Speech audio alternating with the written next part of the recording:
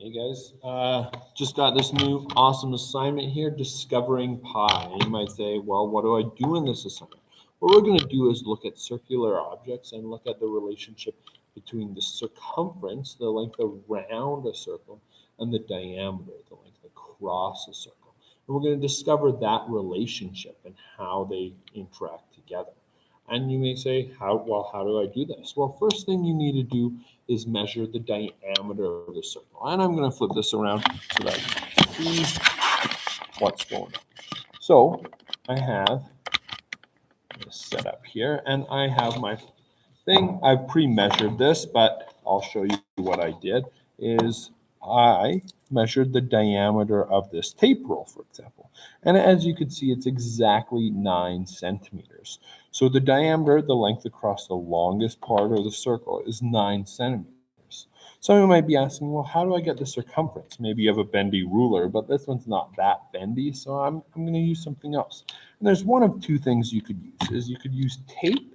What I'm going to show you with tape first is I'm going to take this long piece of tape and I'm going to tape it around my circular object like so. And there's lots of circular objects around the house. You could use a paint can or food cans or water bottle, anything like that. And I see my tape. I'm going to mark where they cross over right here. And then I'm going to unroll my tape. Then you can measure this piece of tape here. And I'll just keep it to my desk here so you could see. And I'm going to measure to see how long this piece of tape is.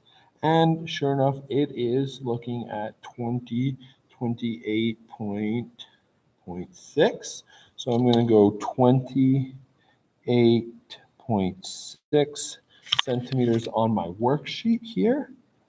And then we're going to find the ratio. How does the circumference relate to the diameter by finding the ratio? We're going to do that by taking the circumference, dividing it by the diameter.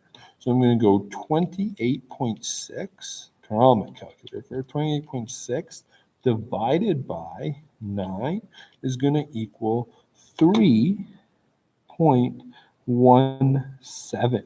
And that's my ratio right now.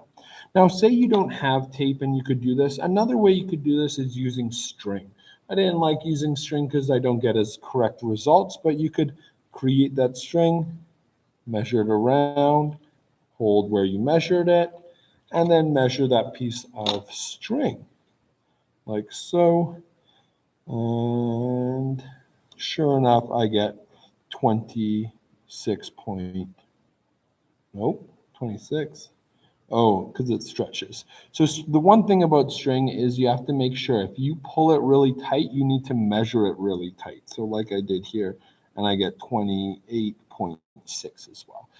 If you keep it loose, it's going to be a very different number. So if you had it tight around the object, make sure it's tight when you measure it.